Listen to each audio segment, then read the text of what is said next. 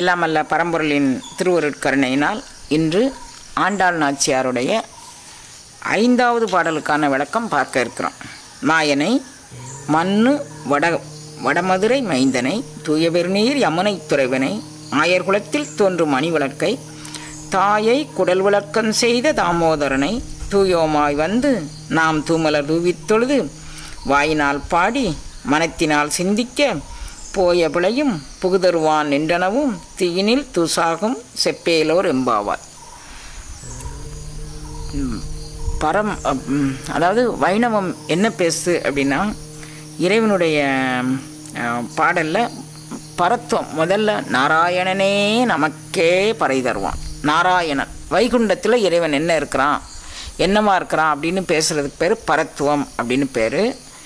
அதே நாராயணன் பார்க்கடலுள் பள்ளி கொண்டு இருக்கக்கூடிய இதை பேர் வியூகம் அப்படின்னு பேர். பார்க்கடலில் அது பார்க்கடலில் அந்த 2வது பாசரத்தில் வையத்து வாழ்வீர்கள் நாமும் நம் பாவைக்கு சாற்றி நீராடினால் பையத்துயின்ற பரமனடி பாடி நெய்யுண்ணோம் பால் உண்ணோம் நாட்காலே நீராடி மையிட்டு எழுதும் மலரிட்டு நாம் முடியும் செய்யாதன செய்யும். அப்போ இதை பார்க்கடலுள் பையத்துயின்ற பார்க்கடல் அப்படிங்கக்கூடியது வியூகம் அப்படின்னு எம்பெருமானுடைய ஒரு திரு அவதாரம் எங்கெங்கே நிற்குதுன்னு முதல்ல வைகுண்டத்தில் நின்னதை முதல் பாட்டில் நாராயணனே நமக்கே பறை தருவான் அப்படி சொன்னால், 2வது பாடலில் வியூகம் அது பார்க்கடலுள் பையத்துயின்ற பரமன் அது வியூகம் அப்படின்னு சொன்னான்.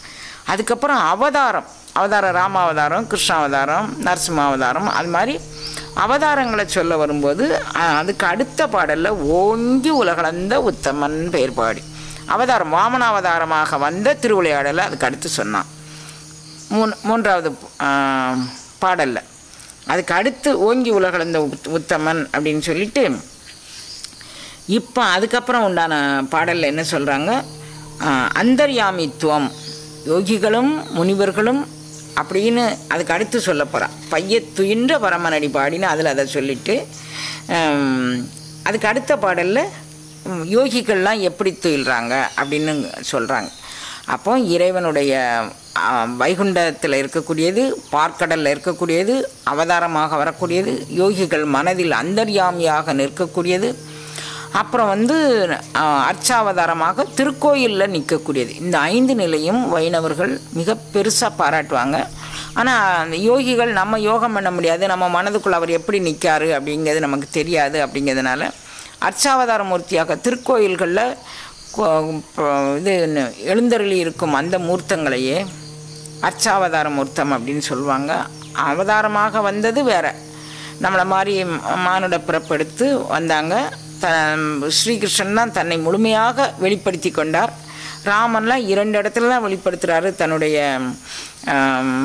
இறைத்தன்மையை. மீதி இடத்துல அவர் எடுத்த வடிவத்துக்கு தகுந்த மாதிரி அப்படியே கொண்டுட்டு போனார் அப்படின்னு சொல்லுவாங்க. இப்போ இதில் நம்ம என்ன இந்த பாடலில் என்ன சொல்கிறாரு அப்படின்னா, மாயனை மண்ணு வடமதுரை மைந்தனை தூயபெருநீர் யமுனை துறைவனை. இவன் மாயன், நினச்ச இடத்துல இருக்கக்கூடியவன். இவன் வடமதுரை அப்படிங்கக்கூடிய இடத்துல சித்தாசிரமம் அப்படின்னு ஒரு ஆசிரமம் அமைச்சு இவன் தவம் பண்ணிக்கிட்டு இருந்தான். எப்போன்னா வாமனாவதாரம் எடுப்பதற்கு முன்னால் அங்கே தான் இருந்து தவம் செய்துக்கிட்டு இருந்ததாக வடமதுரை புராணம் ஒன்று பேசுகின்றது. அப்போ வடமதுரையை எதுக்கு அம்மா பெருசாக எடுத்துக்கிட்டாங்க அப்படின்னு சொன்னால், மாயன் அவன் தவம் பண்ணணும்னு என்ன அவசியம் இருக்குது? மாயன் தவம் பண்ணுற மாதிரி நமக்கு காமிக்கிறான். மாயன் வெண்ணெய் திருடாம், அவன் வெண்ணையை திருட வந்தான், நம்மளுடைய உள்ளத்தை திருட வந்தான். வெண்ணெய் திருடா மாதிரி காமிக்க வந்திருக்கான் மாயன். அவன் காட்டின மாயம், அதாவது தூது சென்றான் பெருமை அப்படின்னு சொன்னால், அவன் தூது செல்லும்போதே எத்தனை விதமான மாயத்தை காமிச்சு அந்த அந்த மகாபாரதத்தில் அவனுடைய இவர்களுடைய பஞ்சபாண்டவர்களுடைய வெற்றிக்கு அவன் எத்தனை விதமான மாயத்தை அந்த ஒரு தூது சென்ற சர்க்கத்திலே அவ்வளோ காமிச்சிருக்கிறான். அதெல்லாம் மகாபாரதம் சொல்லும்போது நம்ம விரிவாக்கமாக பார்க்கலாம். இதெல்லாம் இந்த மாதிரி அதுலேயே ஆழ்ந்து ஆழ்ந்து ஆழ்ந்து ஆழ்ந்து சொல்லணும், இலக்கிய ரசனைக்காக வேண்டி சொல்லணும் அப்படிங்கிறத நான் நினைக்கல. எம்பெருமான் என்ன திருக்கருணை பண்ணியிருக்கிறான் அப்படிங்கிறது தெரியல. நான் நினைக்கிறேன், ஆசைப்படுறேன். இறைவன் வந்து அதை நிறைவேற்றி தரட்டும். தூய பெருநீர் யமுனை துறைவனை, யமுனா நீர் வந்து தூய பெருநீர் யமுனை அப்படின்னு சொல்கிறாரு. வடமதுரைக்கு என்ன சிறப்புனா, இறைவன் வந்து அங்கே தவம் பண்ணிக்கிட்டு இருந்த சிறப்பு மதுரை வந்து. அது தவிர இதுக்கு முந்தைய அவதாரமான ராமாவதாரத்தில் லவணேஸ்வரன் அப்படிங்கக்கூடிய ஒரு அசுரனை சத்துருக்கன் வடமதுரையில் தான் சம்ஹாரம் பண்ணார்.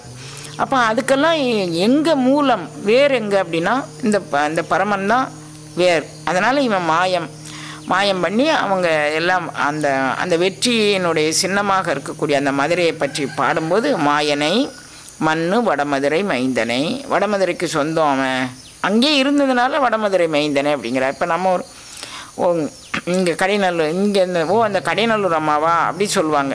இங்கே வந்து நம்ம இருந்தால் கூட சொல்கிறது அந்த கடைநல்லூர் அம்மாவா அப்படி தானே சொல்கிறாங்க. அது மாதிரி இறைவனை சொல்லும்போது அவங்க சித்தாசிரமம் அமைச்சு அங்கே தவம் பண்ணிக்கிட்டு இருந்தான். அங்கேயே தன்னுடைய வாசஸ்தலத்தை அமைச்சிக்கிட்டான். அங்கேயே கடந்த பிறவிலும் கூட லவணாசுரனை அழிப்பதற்கு சத்துருக்கன்னு இறைவன் அவதாரம் எடுத்து வரும்போது அவனுடைய அங்கங்களில் இருக்கக்கூடிய ஒவ்வொரு, அதாவது சங்கு சக்கரம் கதை பத்மம் இவைகளும் அவதாரம் எடுக்கின்றது அப்படிங்கிறத தான் வைணவம் சொல்கின்றது. அந்த பக்தி ஞானம் நமக்கு வருமா என்ன அப்படிங்கிறது எனக்கு தெரியலை. இருந்தாலும் நான் சொல்ல முயற்சி பண்ணுறேன். மாயனை மண்ணு வடமதுரை மைந்தனை, தூய பெருநீர் யமுனை துறைவனை. யமுனை வந்து கங்கையை விட ஆழமானது. நீங்கள் பார்த்துருந்தா உங்களுக்கு தெரியும். கங்கை வந்து அப்படி தள்ளி தள்ளி போனாலும் இடுப்பளவு நீர் தான் வந்திருக்கு. ஆனால் யமுனை வந்து அப்படி இல்லை. யமுனை ரொம்ப ஆழமானது. அது வந்து அதை தூய பெருநீர் யமுனை துறைவனே அப்படின்னு சொன்னால், யமுனை தான் இவர் வந்து ஸ்ரீகிருஷ்ணன் பிறந்தபோது வசுதேவர் வந்து அங்கேருந்து ஜெயிலிருந்து தூக்கிட்டு வர்றாருல, அப்போ அந்த யமுனை வழிவிட்டு இங்கே கோகுலத்தில் கொண்டு போய் என்னை கொண்டு விட்டுருன்னு அவர் தானே சொன்னார். ஸ்ரீகிருஷ்ணன் தான் வசுதேவருக்கு இதை சொல்கிறாரு. நான் இப்போ இங்கே பிறந்திருக்கேன், சங்கு சக்கரம் கதை பத்மத்தோடு தான் அவர் பிறந்தார். ஆனால் இவங்களுக்கு தாய்க்கும் தகப்பனுக்கும் காட்சி கொடுத்துட்டு நான் உங்களை விடுதலை பண்ணி விடுவேன், நீங்கள் கவலைப்படாமல் இருங்கன்னு சொல்லி உத்தரவாதம் சொல்லிவிட்டு அதை நான் 2 கைகளை வச்சுட்டு மீதி 2 கைகளை மறைச்சிக்கிட்டார். நீ என்னை கொண்டு அங்கே கோகுலத்தில் கொண்டு விடுன்னு. அப்புறம் இவர் வந்து ஒரு கூடையில் வச்சு அந்த குழந்தையை தூக்கிட்டு வராரு. அப்போ கோகுலத்துக்கு இவர் எடுத்துகிட்டு வரும்போது அந்த யமுனை வந்து இவருக்கு வழிவிடுது, 2 பக்கமும் ஒதுங்கி வழிவிடுது.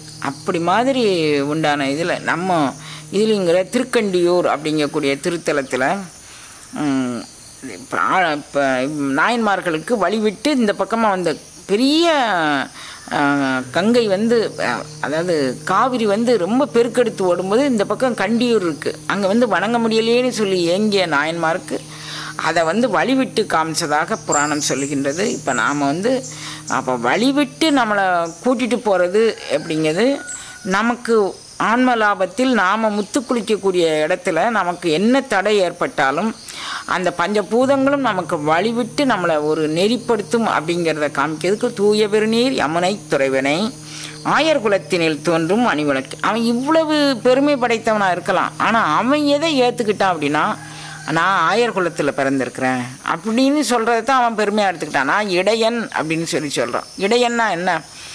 நம்ம எல்லோரும் இடையன்னா ஒரு ஜாதியை குறித்து அதை வந்து ஒரு கௌரவ குறைச்சலாக நம்ம நினைக்கிறோம். இடையன்னா என்ன? பிரம்மா விஷ்ணு ருத்ரன் அப்படின்னு சொல்லுவாங்க. பிரம்மா வந்து படைத்தல் தொழில் செய்கிறான், ருத்ரன் வந்து அழைத்தல் சொல்ல செய்கிறாரு. இது 2ற்கும் மத்தியில் இடைப்பகுதியில் இருந்து கொண்டு நம்மை காக்கும் தொழில் செய்யக்கூடியவன் இடையன். பிரம்மாவுக்கும் ருத்ரனுக்கும் இடையில் அமர்ந்து, அப்படி தான் நம்ம திருமந்திரத்தில் சொல்கிறாரு. அந்த அகண்ட விஸ்வம் பரசுவமாக இருக்குது. அதுக்கு கீழே இறங்கி வரும்போது சிவம், சக்தி, விந்து, நாதம், சதாசிவம், மகேஸ்வரன், ருத்ரன், திருமால், பிரம்மா அப்படி தான் கொண்டுட்டு வருது.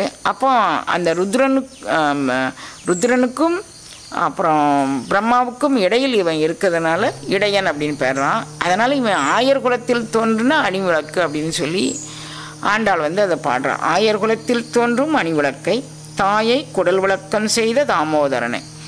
தாயை என்ன குடல் விளக்கம்? தாமோதரன் அப்படின்னா தாம்புக்கயிறு அப்படிங்கக்கூடிய ஒரு பொடி, ஒரு வகையான கயிற்றினால் கட்டப்பட்டது இதுக்கு வியாக்கியான கர்த்தர்கள் சொல்கிறதெல்லாம் நம்ம சொன்னோன்னா நம்மளும் ஒரு 2.5 மணி நேரம் தான் போடும். அதாவது இடையர்கள் என்ன பண்ணுவாங்களாம், முதல்ல காளமாடை கட்டியிருப்பாங்களாம். அந்த கயிறு காளமாடை கட்டுறதுக்கான கயிறு ரொம்ப ஸ்ட்ராங்காக இருக்கணும். அதுக்கப்புறம் காளமாடை கட்டின கயத்தை வந்து இன்னும் கொஞ்சம் லூஸ் பண்ணி விட்டுட்டு அதுக்கப்புறம் வந்து அதை பசுமாடை கட்ட பயன்படுத்துவாங்களாம். அது கொஞ்சம் பழசாக போச்சுன்னா அதை கன்றுக்குட்டி கட்ட பயன்படுத்துவாங்களாம். அது கொஞ்சம் பழசாக போச்சுன்னா தயிர் மத்து கடையிறதுக்கு பயன்படுத்துவாங்களாம். அதுவும் கொஞ்சம் பழசாக போச்சுன்னா அதுக்கப்புறம் இந்த மாதிரி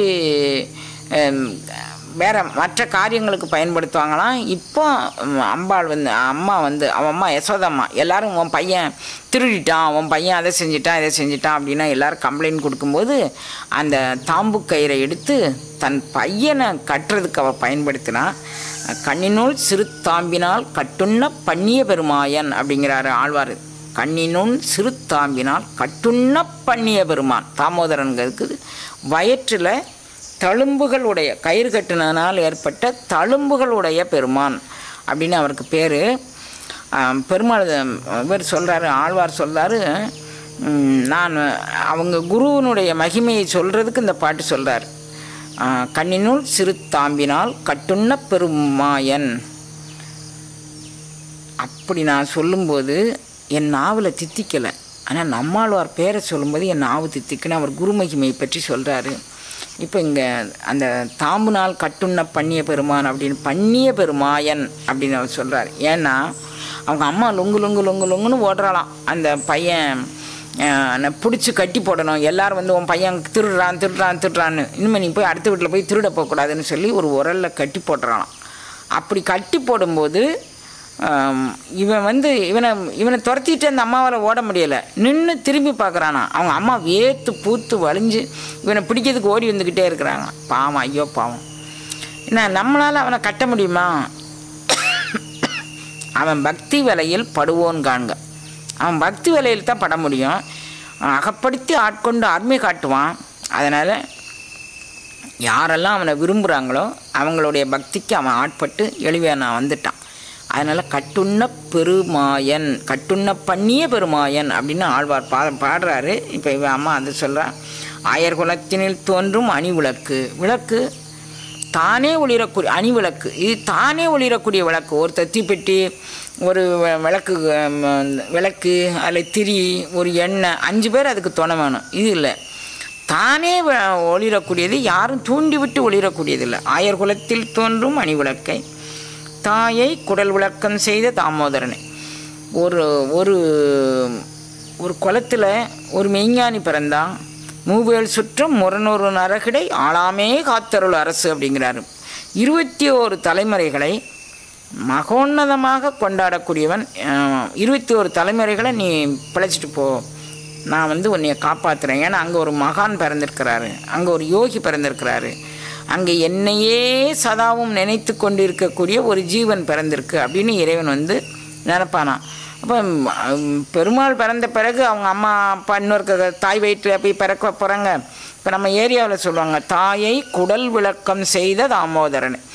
குடல் விளக்கம் அப்படின்னு சொன்னால், இப்போ நம்ம ஊரில் எல்லாம் கொலைக்கெல்லாம் ரொம்ப கல்வி அறிவு இல்லாதவங்கெல்லாம் பெர்த் கண்ட்ரோல் பண்ணுறத பற்றி சொல்லும்போது குடலை மாற்றி போட்டாங்க அப்படின்னு சொல்லுவாங்க. எங்கள் ஏரியாவில் சொல்லுவாங்க, நீங்கள் கேட்டுக்கிங்களா கேட்கறது, குடலை மாற்றி போட்டாங்க அப்படிம்பாங்க.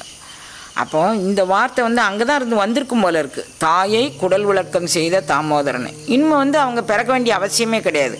அவங்க பிறந்தால் அவங்க வயிற்றில் இன்னும் 4 பேர் பிறப்பாங்க. இவனை தூக்கி சுமந்த வயிறை கொண்டு வேற ஒன்று தூக்கி சுமக்கவா, கோழி குருவி குஞ்சுன்னு, அது வேண்டாம். இனிமேல் இவங்க பிறக்கவா, இவனோடு கொஞ்சி இவனுடைய ஸ்பரிசத்தை உணர்ந்து இவனுக்கு ஆட்பட்டு இவனுடைய மோகன புன்னகையில் மயங்கி, இவனுடைய சுறுசுருளான கேசத்தில் மயங்கி, இவனுடைய நெற்றி சுட்டியில் மயங்கி, இவனுடைய பட்டு பீதாம்பரத்தில் மயங்கி, இவன் அசைகிற அசைவில் மயங்கி அப்படி பார்த்து ரசித்த பிறகு இன்னொரு குழந்தைய சுமந்து அதையும் பார்ப்பாங்களா? இல்லை, இதுதான் உன்னதமான நிலை. அதனால் தாயை குடல் விளக்கம் செய்த தாமோதரனை தூயவமாய் வந்து நாம் தூமலர் தூவித்தொழுது. அவங்க ரொம்ப நம்மள்கிட்ட எதிர்பார்க்கலை. தூயவமாய் வாங்க, அழுக்காறு அவாவுகளி மயக்கம் இன்னாச்சொல் இவை நீத்துவாங்க. மனத்துக்கண் மாசிலன் ஆதல் அனைத்து அரண். நீங்கள் ரொம்ப தர்மம் செஞ்சணும், நீங்கள் ரொம்ப புண்ணியம் செய்யணும், அதெல்லாம் உங்கள்கிட்ட எதிர்பார்க்கல குழந்தைங்களா. மனத்துக்கண் மாசிலன் ஆதல், உங்களுடைய மனம் தூய்மையாக இருந்தால் எனக்கு அது போதும். அதனால் தூயோமாய் வந்து தூமலர் தூவி தொழுது. பூ புலர்வதன் முன் அழகிடுதல் மெழுகிடுதல் பூமாலை புனைந்தேத்தல். அதாவது உண்பதன் முன் மலரிட்டு உண்ணாராகில்ங்கிறதுக்கு ஒரு வியாக்கியானம், சைவத்தில் ஒரு வியாக்கியானம் சொல்லுவாங்க. உண்பதன் முன் மலரிட்டு உண்ணாராகில், நீங்கள் சாப்பிட்றதுக்கு முன்னால் இறைவனுக்கு மலர் சாத்துங்க. அந்த உண்பதன் முன் அதுக்கு இப்படி ஒரு பொருள். இன்னொரு பொருள், வண்டுகள் அவை வந்து எச்சில் படுத்தி அதில் தேன், அதாவது விரிஞ்ச பிறகு தான் தேன் எடுக்கிறதுக்கு வண்டுகள்லாம் வரும். மொக்கா இருக்கும்போது வண்டுகள் வந்து அந்த மொக்கை எடுக்க வர்றதில்லை. அப்போ நீங்கள் என்ன பண்ணுறீங்க, அது மொக்கா இருக்கும்போதே நீங்கள் வந்து தூமலர் தூவி தொழுதுக்கு அதை எடுத்துகிட்டு வந்துடுங்க. அதுதான் தூயோமாய் வந்து தூமலர், அதான் தூமலர். வேறு ஏதாவது பண்ணினேன் விரிஞ்சிருச்சுன்னு வச்சுக்கோங்களேன், மேலே எச்சம் அது இது போட்டால் கூட அதில் விழுந்துடும், பறவைகளுடையது. அதனால் அது மொக்கா இருக்கும்போது நீங்கள் பறிச்சிருங்க அப்படின்னு சொன்னார். ஆனால் இன்னொன்று எனக்கு என்ன தோணும் அப்படின்னா, இந்த பாடல்கள்லாம் பார்க்கும்போது அந்த காலத்திலே அவங்களுக்கு தெரிஞ்சிருக்கு, நாம் ஃப்ரிட்ஜுக்குள்ளே ஒரு 5-6 நாளைக்கு பூவை கொண்டாந்து வச்சுக்குவோம். இப்போ எங்கள் ஏரியாவில் ஒரு பிச்சிப்பூ வரும் பாருங்க, அந்த சாதாரணமாக அந்த பிச்சிப்பூவெல்லாம் நாங்கள் சாயங்காலம் போட்டு கட்டுறதுக்கு போட்டோன்னு சொன்னால் வீடே அங்கேருந்து உள்ளே நுழையும் போதே கும்முன்னு அப்படி மணக்கும். அந்த பூ மணம் அப்படி வரும். இன்றைக்கி பிச்சி பூவாமா, இன்றைக்கி மல்லிகை பூவாமா அப்படின்னு கேட்டுட்டு வருவாங்க. இப்போ 24 நாள் நானே வச்சுருந்து போட்டிருக்கேன் குழந்தைங்களா. 24 நாள் அதில் என்னமோ தொளிக்கிறாங்க அப்படிங்கிறாங்க. என்ன தொளிக்கிறாங்களோ நமக்கு ஒன்றும் தெரியலை. இப்போ உண்டான ஐட்டங்கள், குடி ஐட்டங்களெல்லாம் அதில் தொளிக்கிறாங்க அப்படின்லாம் நான் கேள்விப்பட்டேன். அதாவது பூக்கள் அதிகமாக, அளவுக்கு அதிகமாக மலர்வதற்காக வேண்டி இந்த காரியங்கள் செய்ததாக நான் கேள்விப்பட்டேன். அப்போது தூயோமாய் வந்து தூமலர் தூவி தொழுது. அப்போ நீங்கள் என்ன செய்யணும், தூவி தொழுதோடு நிறுத்திக்குவீங்களா? இல்லைப்பா, வாயினால் பாடி மனம் மொழி மெய்கள் அங்கே இருக்கணும். வாயார தன்னடியே பாடும் தொண்டர் இனத்தகத்தான் அப்படிங்கிறார் அப்பர் சுவாமிகள். நீ வாயால் பாடினேன்னா உங்கள் கூட்டத்துக்குள்ளே அவர் வந்து இருந்துக்குவார். வாயார தன்னடியே பாடும் தொண்டர் இனத்தகத்தான் அப்படிங்கிறாரு. நம்ம மணிவாசக பெருந்தகை, நான் எதுக்கு இந்த பிறவி எடுத்தேன், நான் எதுக்கு இந்த தொண்டர்கள் கூட்டத்துக்குள்ளே நான் இந்த மனித பிறவியே எனக்கு என்ன பலனை தருகின்றது அப்படின்னு அவர் சொல்லும்போது, மணிவாசக பெருந்தகை என்ன சொல்கிறார் அப்படின்னா, எனக்கு இறைவன் வந்து இந்த உடல் எதுக்கு கொடுத்தான், இந்த உடல் கொடுத்ததனுடைய பலன் நான் அவனை பாடி அனுபவிப்பதற்கு. வணங்கத் தலை வைத்து வார்களல் வாய் வாழ்த்த வைத்து இணங்கத்தன் சீரடியார்கோ, வணங்கத் தலை வைத்து வாய் வந்து வார்களல் வாழ்த்த வைத்து. எனக்கு பிறவியினுடைய ரகசியம் என்ன அப்படின்னு இறைவனே உணர்த்த நான் உணர்ந்து கொண்டேன். வணங்க தலை வைத்தான், கடல் அனுபவத்தை தந்து வாழ்த்த வாய் வைத்தான். எல்லாரும் வாய் படைத்தேன் பயன், அதை தான் சொல்லியிருக்கிறாங்க. இப்போ வாய் படைத்தன் பலன் சொன்னாங்களே, எதுக்கு தனியாக ஸ்பெசிஃபிக்காக சொல்கிறாங்கன்னா, இந்த இதில் வந்து கர்மேந்திரியத்திலும் நாக்கு அடங்கும், ஞானேந்திரியத்திலும் நாக்கு அடங்கும். கர்மேந்திரியத்தில் நாக்கு அடங்கியது நல்ல சுவையாக. இன்றைக்கி சாம்பார்னால் அதுக்கு உருளைக்கிழங்கு ஃப்ரை வச்சுக்கலாம், சாம்பார்னால் அதுக்கு வேறு ஏதாவது ஒரு ஃப்ரை வச்சுக்கலாம், இதெல்லாம் வச்சுட்டு 2 அப்பளம் பொரிச்சுக்கலாம், 2 கூழ்வத்தல் வறுத்துக்கலாம், இதெல்லாம் பொரித்து சாப்பிட்டா நமக்கு நல்லாயிருக்கும். அது இல்லை, உனக்கு வாய் படைத்ததன் பயன் இந்த சுவைக்காக வேண்டி அல்ல. வணங்க தலை வைத்து வார்களல் வாய் வாழ்த்த வைத்து. வாய் எதுக்கு படுத்த, வாய் வாழ்த்த வைத்து எதை, வார்களலை. அதை தான் அம்மாவும் சொல்கிறாங்க. தூயோமாய் வந்து தூமலர் தூவி தொழுது வாயினால் பாடி. வாய் மட்டும் சில பேருக்கு பாடிக்கிட்டே இருக்கும், மனம் ஆயிரக்கணக்கான சிந்தனைகளில், லட்சக்கணக்கான சிந்தனைகளில், கோடிக்கணக்கான சிந்தனைகளில் ஓடும் குழந்தைங்களாம். அப்படி நினைக்காதீங்கப்பா. மனமே, எம்பெருமான வணங்குறதுக்கு இன்றைக்கு ஒரு பிறவி கிடச்சிது. இந்த ஒரு நொடி, இந்த நிமிடம் நான் மனமொழி மெய்களால் அவனை துதிப்பதற்கு எனக்கு கொஞ்சம் அருள் பாலியேன், எனக்கு வந்து அருட்கருணையை செய்ய. அது மாதிரி நீங்கள் வேண்டிட்டு அந்த தூயோமாய் வந்து, ஏன்னா இறைவனுடைய இருப்பிடம் எங்கே, வாயார தன்னடியே பாடும் தொண்டர் இனத்தகத்தான். இந்த கூட்டு பிரார்த்தனைக்கு அவ்வளோ வலு சொல்கிறார். தொண்டர்கள் கூட்டத்தில் இருப்பானா, எனக்கு மனம் அடங்காட்டி கூட அடங்கிய மனமுடைய அடியவர்கள் எங்கே இருக்கிறாங்களோ அவங்ககிட்டேருந்து புறப்பட்டு வரும் பாருங்கள் அந்த கதிர்கள். அவங்க தன்னை மறந்து தன் நாமம் கெட்டு தலைவன் தாள் தலைப்பட்டு அப்படியே கண்ணை மூடிட்டு அவங்க இருக்கும்போது, பிரபு நான் உன்னை உணரும் உணர்வு என்னைக்கு வரும், உன் அனுபவத்தை அனுபவிக்கும் உணர்வு எனக்கு என்னைக்கு வரும், பிரபு பிரபு பிரபுன்னு அவங்க கேட்பாங்க பாருங்க. அப்போ அந்த வாயார தன்னடியே இருப்பிடம் வாயினால் பாடி மனத்தினால் சிந்திக்க போய பிழையும் புகுதருவான் நின்றனும். போய பிழை அதாவது கடந்த காலம், ஆகாமியம், பிராரத்தம், சஞ்சிதம்னு 3 வினைகள் சொல்லுவாங்க. இது ஒரு வேத வாக்கியம் உபனிஷத்தில். இது இந்த போய பிழையும் புகுதருவான் நின்றனவும் இப்போ ப்ரெசன்ட் காலத்தில், பாஸ்ட் காலத்தில், ஃபியூச்சர் 3 அந்த 3 காலத்திலும் என்னை சாரும் வினைகள் அப்படி எப்போ தூயோமாய் தூமலர் தூவி தொழுது வாயினால் பாடி மனத்தினால் சிந்திக்க அந்த உணர்வு நமக்கு தலைப்பட்டுதுன்னு வச்சுக்கோங்களேன், எல்லா வினையும் அப்படியே சுட்டு பொசுங்கி போயிடும். எப்படி தீயினில் தூசாகும் அப்படிங்கிறான். எப்படி அந்த தீயில ஏதாவது நெருப்பில் ஏதாவது மிஞ்சுமா? ஒன்றுமே மிஞ்சாது. அவன் வேறடி மண்ணும் இல்லாமல் போயிடும். நம்ம வினைகள் அவ்வளவும் அப்படி போகும். தீயினில் தூசாகும் செப்பேலோர் எம்பாவார். இது மாதிரி நீங்கள் உணர்வு பூர்வமாக படிங்க. இறைவனுடைய பரத்துவத்தை பற்றி பேசியாச்சு, வியூகத்தை பற்றி பேசியாச்சு, அவதாரத்தை பற்றி பேசியாச்சு. இப்படி ஒவ்வொன்றாக அம்மா நமக்கு அடையாளப்படுத்தி காட்டிக்கிட்டே வராங்க. அப்படியே இந்த பாடல் இத்தோடு நமக்கு நிறைவு பெறுது. திருவுருள் கூட்டி வைக்க அடுத்த பாடல் என்ன அப்படிங்கிறத பார்க்கலாம்.